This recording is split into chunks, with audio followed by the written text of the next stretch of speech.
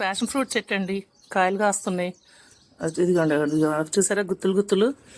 ఇది రెండో కాపు చెట్టు పెట్టాక మనం. ఫస్ట్ టైం కూడా చాలా బాగా కాసినాయి, ఇది రెండోసారి కాస్తుంది.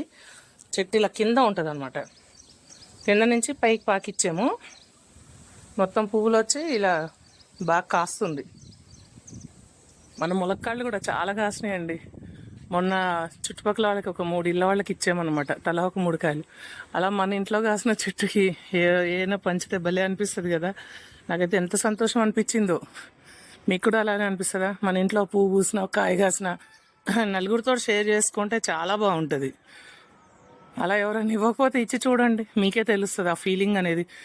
నేనైతే చాలా హ్యాపీగా ఉంటాను ఆ రోజు. ఇంకా ఉన్నాయి, ఇంకొక ఒక 1/2 డజన్ కాయలు ఉన్నాయి. నిన్న నేను కూడా కోసి వండాను, ఇంకో ట్రిప్లో వండుదాంలే అని ఆగాను. చాలా కాసినాయి, చిన్న చెట్టే కానీ దాదాపు ఒక 40 కాయల దాకా కాసిందండి.